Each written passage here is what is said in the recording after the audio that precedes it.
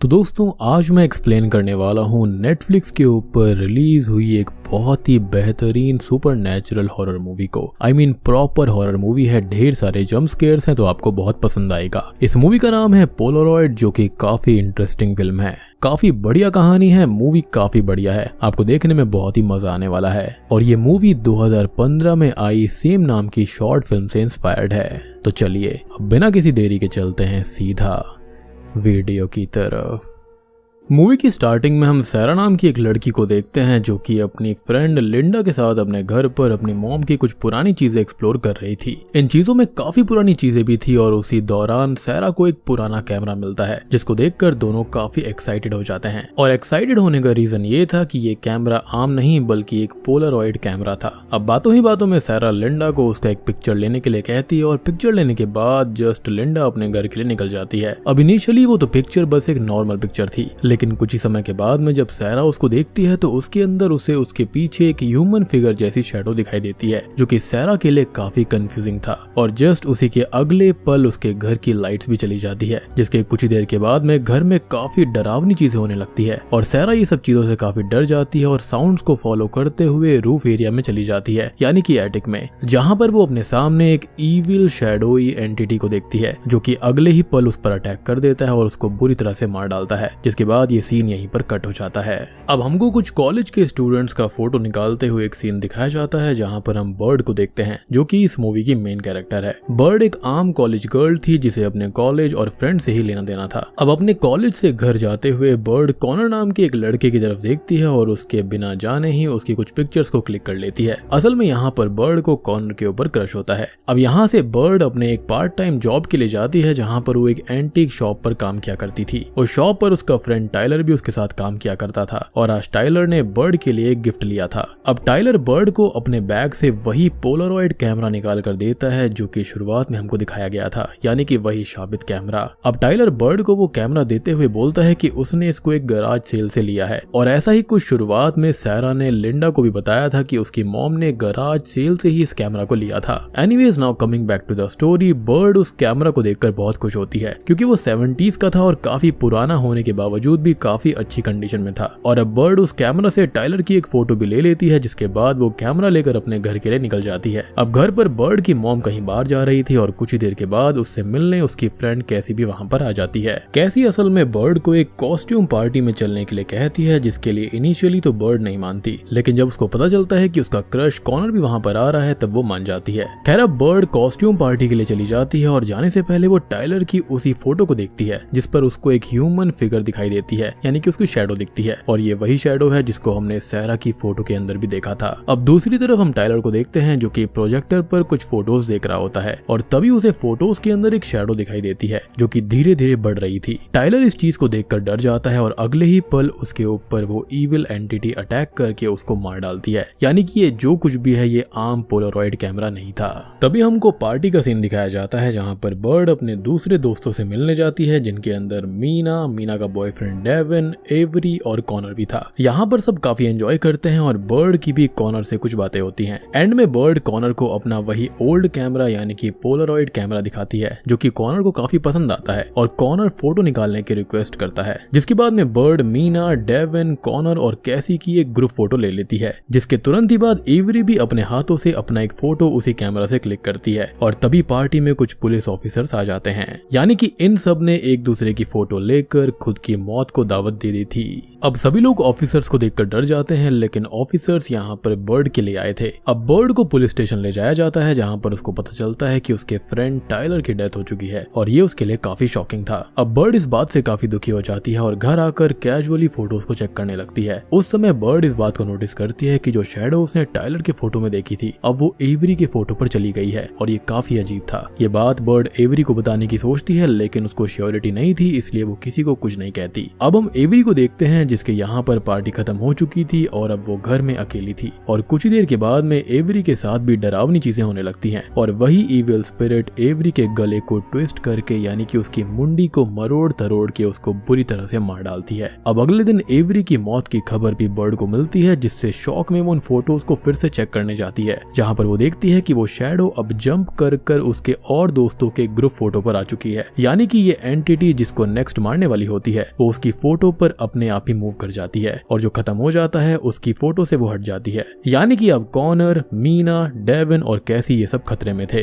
Bird अब उस camera को तोड़ने की कोशिश करती है लेकिन उसको खरोंच तक नहीं आती क्योंकि ऑब्वियस ही बात है उसको वो इविल एंटिटी प्रोटेक्ट कर रही थी। यानी कि ये पोलरॉइड कैमरा उस इविल एंटिटी के लिए घर जैसा था। खैर अब बर्ड जब अपने कॉलेज जाती है तो वो अपने दोस्तों के पास जाकर उनको ये सारी बातें समझाने की कोशिश करती है कि टाइलर और एवरी की मौत इस पोलरॉइड कैमरा और उसके द्वारा फोटो खींचने की वजह से हुई है, लेकिन उसकी कोई भी बात नहीं मानता और डेविन तभी तैश में आकर फोटो को जलाने लगता है, ये कहते हुए कि अगर ये फोटो ही दिक्कत है तो इसको ही जला देते हैं और इससे दिक्कत खत्म हो जाएगी। लेकिन जैसे ही फोटो जलने लगती है शॉकिंगली मीना का हाथ जलने लगता है क्योंकि फोटो के अंदर आग मीना के हाथ पर लगी हुई थी और ये जो आग होती है वो फायर एक्सटिंग्विशर से भी नहीं बुझती। अब एंड में बर्ड फोटो पे लगे हुए आग को बुझाती है और तब जाकर मीना का हाथ जलना रुकता है। यानी कि जो चीज थी वो फोटो से जुड़ी हुई थी। अब मीना का हाथ इस वजह से काफी जल चुका था, इसलिए उसको सभी लोग हॉस्पिटल लेकर जाते हैं और तभी सब डिस्कशन भी करते हैं कि ये कैमरा का पास्ट आखिर हो क्या सकता है। कॉनर अब बर्ड को कहता है कि क्या इस कैमरा से रिलेटेड कोई केस भी था और बर्ड को याद आता है कि टाइलर का बैग एंटीक शॉप के अंदर ही है और शायद उसके अंदर से उन्हें कुछ कैमरा से रिलेटेड मिल जाए। अब कॉनर और बर्ड उस बैग को लाने के लिए एंटीक शॉप जाते हैं जो कि इन्वेस्टिगेशन के लिए बंद था, लेकिन बर्ड पीछे के रास्ते से उसके अंदर चली जाती है और समहाउ उसको टाइलर का बैग मिल जाता है। वहाँ पर बर्ड भी उस इविल एंटिटी की प्रेजेंस को महसूस कर पाती है और वो बर्ड पर भी अटैक करता है। लेकिन ऐसा क्यों? क्योंकि देखा जाए तो यहाँ पर बर्ड तो फोटो के अंदर थी ही नहीं, तो ये इविल एंटिटी उसके ऊपर क्यों अटैक कर रही थी, तो इसके बारे में हम थोड़ी देर में जरूर जान पाएंगे। खैर अब बर्ड किसी तरह से उस इविल एंटिटी से बचकर उस शॉप से बाहर निकल आती है, लेकिन वो एंटिटी उसके साथ बाहर नहीं आ पाती। मे बी वो सनलाइट में ना आता हो। खैर अब बर्ड कार के अंदर जाते हुए कॉनर से पूछती है कि उस एंटिटी ने उसके ऊपर अटैक क्यों किया होगा, जिस पर कॉनर उसको बताता है कि उनके ग्रुप फोटो के अंदर बर्ड का रिफ्लेक्शन भी है और बर्ड देखती है कि पीछे लगे हुए मिरर पर बर्ड का रिफ्लेक्शन आ गया था, यानी कि अब वो भी उस इविल एंटिटी के लिस्ट में है। अब बर्ड हॉस्पिटल की तरफ जाते हुए मीना को कॉल लगा के कहती है कि उसे हर वक्त डेविन के साथ ही रहना होगा क्योंकि जो विक्टिम अकेला होता है वो उसके ऊपर पहले हमला करती है और होता भी ऐसा ही है। मीना उस समय अकेली होती है और डर से वो बेड से उठकर डेविन के पास जाने लगती है, लेकिन इसी बीच वो एंटिटी उस पर भी अटैक कर देती है और उसको मार डालती है। अब बर्ड और कॉनर जब हॉस्पिटल पहुंचते हैं तब उन्हें मीना की मौत के बारे में पता चलता है, जो कि दोनों के लिए काफी दुख भरा था। लेकिन यहाँ पर डेविन बर्ड पे बहुत गुस्सा होता है क्योंकि उसको लगता है कि मीना की डेथ का रीजन बर्ड ही है क्योंकि वो कैमरा उसका है और फोटो भी उसने ही लिया था। वो बर्ड के ऊपर चिल्लाने लगता है और वो रोते हुए वहां से चली जाती है। कॉनर अब बर्ड के पीछे उसको संभालने जाता है, जहाँ पर बातों ही बातों में वो उसको अपने फादर के कार एक्सीडेंट की स्टोरी बताती है जिससे कि उनकी मौत हो गई थी और उसके फादर एक रिपोर्टर थे। खैर अब ये दोनों टाइलर के बैग को चेक करते हैं जिसके अंदर उस कैमरा का एक टैग मिलता है और उसके डेट के हिसाब से जब वो पुराने न्यूज़पेपर कटिंग्स को पढ़ते हैं तो उसके अंदर उनको पता चलता है कि 1974 के अंदर एक पागल फोटोग्राफर को पुलिस ऑफिसर्स ने शूट करके मार दिया था क्योंकि उसने 3 बच्चों को टॉर्चर करके और उनकी वैसी गंदी वाली फोटोज लेकर उनको मारा था और उस फोटोग्राफर का नाम था रोलैंड जोसेफ सैबले और यही इनिशियल्स यानी कि RJS कैमरा के ऊपर भी लिखे हुए थे, यानी कि ये कैमरा उसी पागल फोटोग्राफर का था। यहाँ पर शॉकिंग बात ये भी थी कि जोसेफ उनके ही स्कूल का उस टाइम का फोटोग्राफर था एंड मोस्ट प्रोबेबली वो तीनों स्टूडेंट्स उसी स्कूल के स्टूडेंट्स रहे होंगे। अब ये सारी बातें कॉनर और बर्ड, कैसी और डेविन को बताते हैं, लेकिन डेविन अभी भी बर्ड के ऊपर ही गुस्सा होता है। इसी बीच कॉनर और उसका झगड़ा हो जाता है और तभी झगड़े के अंदर डेविन की फोटो गलती से कैमरा से क्लिक हो जाती है और शैडो अब डेविन के फोटो के ऊपर आ जाती है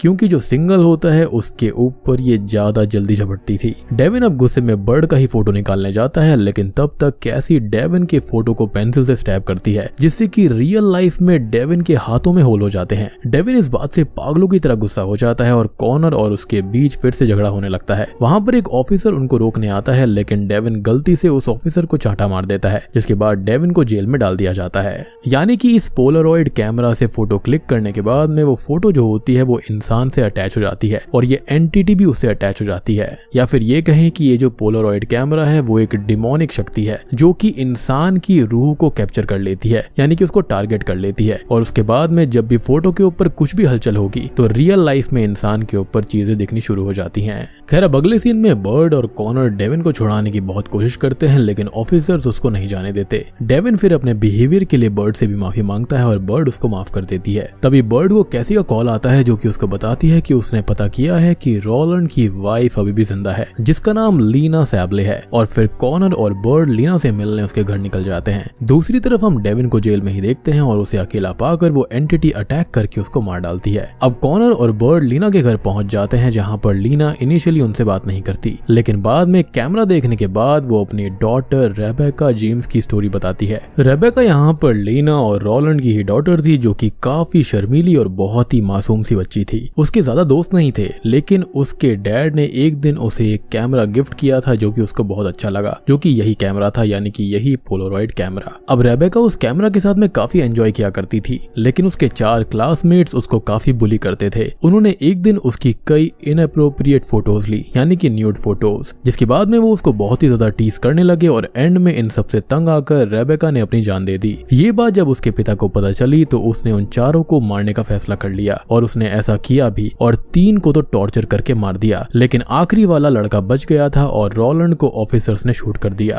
अब मरते समय रॉलैंड के हाथों में वही कैमरा था और उसकी स्पिरिट उसी कैमरा के अंदर बस गई थी, और अब उसकी स्पिरिट उस आखिरी लड़के को मारना चाहती है, जिसके बाद ही वो रुक पाएगी। ये कहानी जानकर दोनों को सच्चाई का पता चलता है, और तभी कॉनर देखता है कि शैडो डेविन के फोटो से उनके ग्रुप पर वापस आ चुकी है, यानी कि डेविन मर चुका है। यहाँ से अब दोनों कॉलेज लाइब्रेरी में निकलते हैं, जहाँ पर वो ढूंढते हैं कि वो आखिरी लड़का कौन था, और उनको शॉकिंगली पता चलता है कि वो कोई और नहीं बल्कि वो शेरिफ पेम्ब्रोक है, जो कि उनके लिए काफी शॉकिंग था। और ये पेम्ब्रोक वही था जिसको डेविन ने चाटा मार दिया था। लेकिन तभी वहां पर एकदम से ही शेरिफ पेम्ब्रोक आ जाते हैं, जो कि उन लोगों को अपने साथ पुलिस स्टेशन ले जाने लगते हैं, और बर्ड उनको कहती है कि उन्हें उसके ग्रुप का और रेबेका के बारे में सारा सच पता चल गया है। और कॉनर यहाँ पर पेम्ब्रोक की उसी कैमरा से फोटो ले लेता है ताकि ये कर्ज खत्म हो जाए उसके मरने के साथ ही। और पेम्ब्रोक को तभी गुस्सा आ जाता है और उनको एक्चुअल में क्या हुआ था वो बताता है। और दोस्तों, अब यहाँ पर खुलते हैं इस मूवी के असली पत्ते। शेरिफ बताते हैं कि रॉलैंड असल में एक पागल फोटोग्राफर ही था, जिसकी खुद की डॉटर के ऊपर ही गंदी नजर थी। वो खुद अपनी डॉटर की गंदी फोटोज निकालता था, और जब उनके ग्रुप को ये बात पता चली और उन्होंने ऑफिसर्स को ये बताने का सोचा, तो अपनी सोसाइटी के अंदर इज्जत बचाने के लिए रॉलैंड ने उन चारों को ही मारने का फैसला कर लिया, और टॉर्चर करके 3 को तो मार दिया था, जिसके अंदर सिर्फ वो बचा था। पेम्ब्रोक ये भी कहता है कि रेबेका उनकी बहुत ही अच्छी दोस्त थी, ना कि वो उसको बुली किया करते थे। लेकिन जब रेबेका को ये बात पता चली कि उसके दोस्तों की जान उसके ही पिता ने ली है, तब वो उस दुख को बिल्कुल सहन नहीं कर पाई और खुद को ही खत्म कर लिया। पेम्ब्रोक बताता है कि लीना यानी कि रॉलैंड की वाइफ की पूरी कहानी झूठी है, और अगर वो लोग थोड़ी बहुत रिसर्च करते तो उनको पता चलता कि रेबेका की मौत रॉलैंड की डेथ के बाद हुई थी। यानी कि यहाँ पर रॉलैंड और उसकी बीवी लीना दोनों ही मिले हुए थे, दोनों ही साइको थे। खैर, अब ये बातें चली रही होती हैं कि तभी पीछे से रॉलैंड की स्पिरिट आ जाती है और वो पेम्ब्रोक की फोटो को हाथ में लेकर बीच से फाड़ देती है, जिससे कि पेम्ब्रोक की बहुत ही दर्दनाक मौत होती है।